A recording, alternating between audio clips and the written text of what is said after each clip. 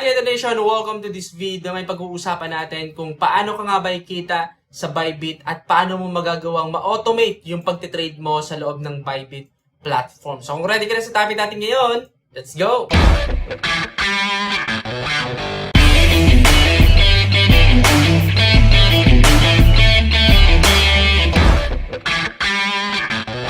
So bago natin pag-usapan kung paano mo magagawang ma-automate yung pagtitrade mo sa loob ng Bybit, pag-usapan muna natin kung ano nga ba yung Bybit para sa mga wala pang idea about dito. So ang Bybit po ay isang cryptocurrency trading platform kung saan pwede ka makapag-trade ng mga digital asset katulad ng Bitcoin, Ethereum, XRP at marami pang iba. Ang Bybit po ay nakafocus sa derivatives trading. Kumbaga, mayroon itong advanced form pagdating sa investment kung saan pwede kang kumita hindi lang sa pagtaas ng market, kundi sa pagbaba rin ng market.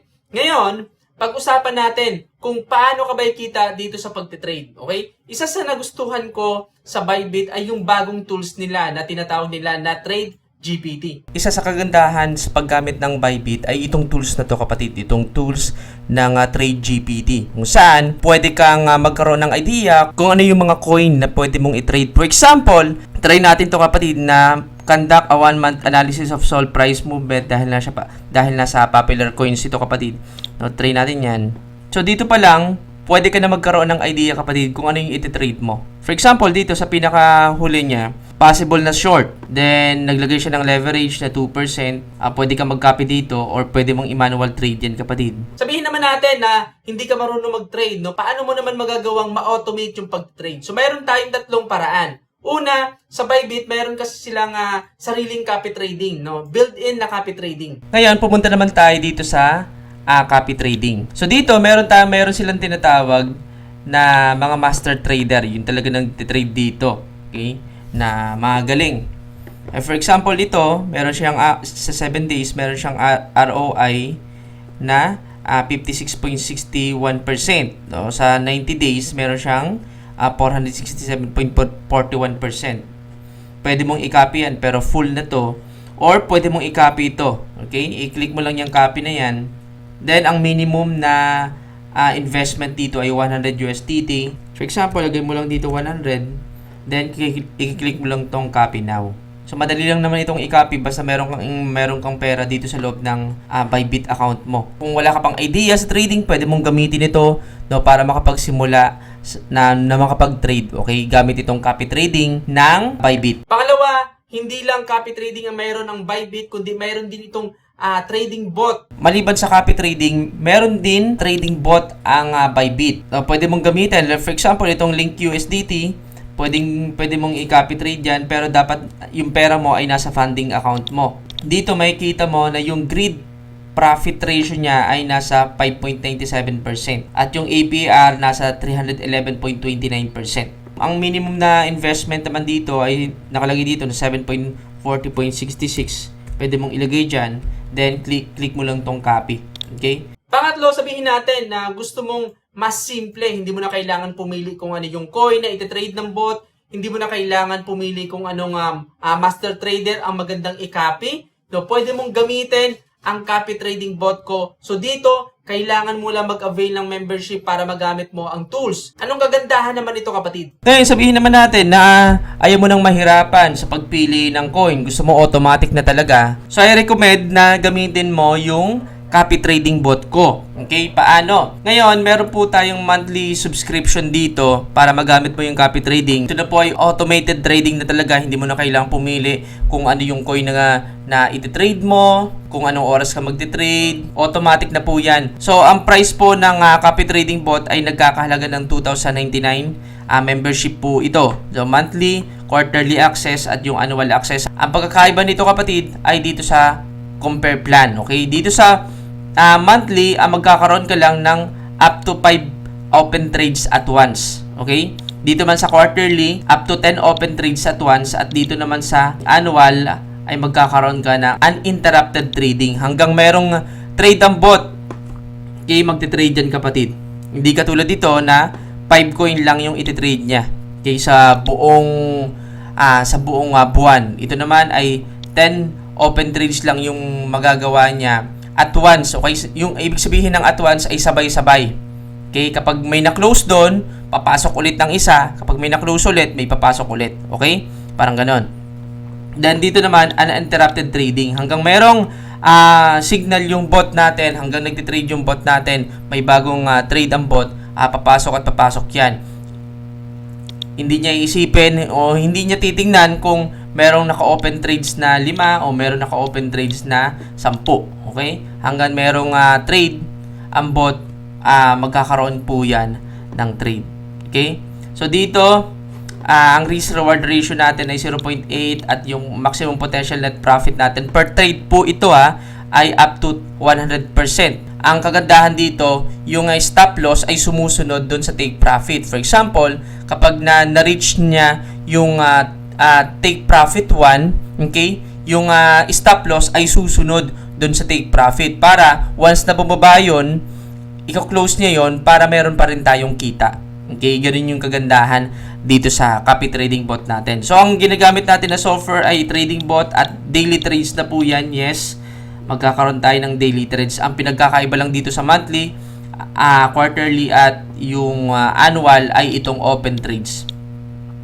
Okay, dito hindi mo naiisipin kung ano yung coin na gagamitin mo, kung ano yung na-trade mo. Ang gagawin mo na lang, i-monitor mo na lang yung ginagawa ng bot.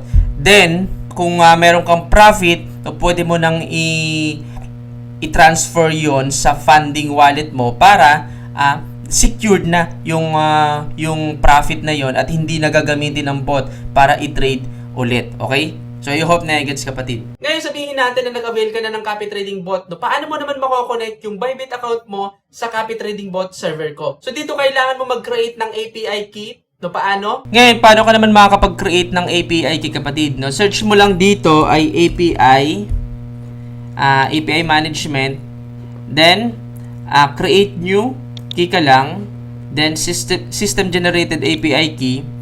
So, dito sa API transaction, yung add a remark, pwede mong ilagay dito ay Nilianto copy trading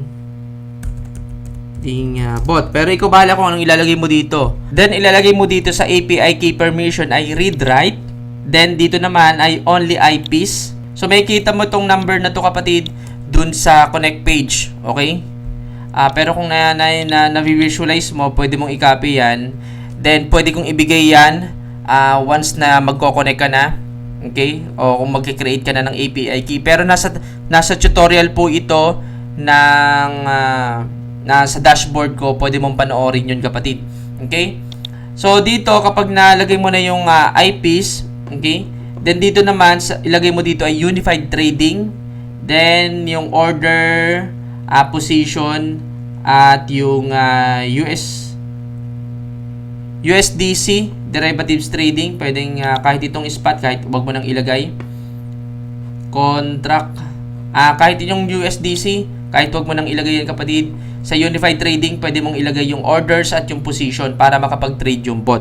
Okay, sa Bybit account mo. Ngayon, wala ka nang ilalagay dito maliban dito sa orders at yung position sa Unified Trading. Once na okay na, submit mo lang yan kapatid.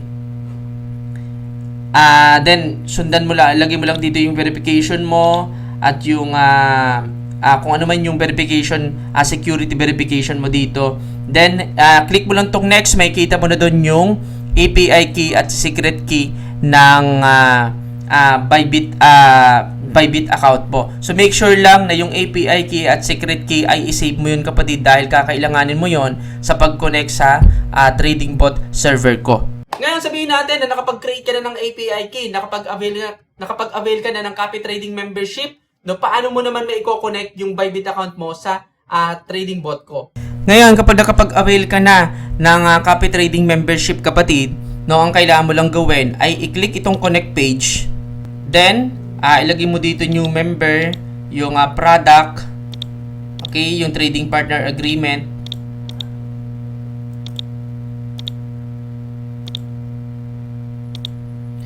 Then, dito may ilalagay kung ano yung exchanges mo, Bybit ba o Binance. O, ilagay mo dito Bybit. Then, API key. Ilalagay mo dito yung secret key. So, yung API, yung IPs kapatid ay makikita mo dito, i-copy mo lang ito. Then, i-paste mo dun sa only IPs na makikita mo dito sa image. Makikita mo na only IPs. Itong number na to kapatid ay ilalagay mo dito. Okay? No, para wala pong, para hindi na mag-expire yung API key mo.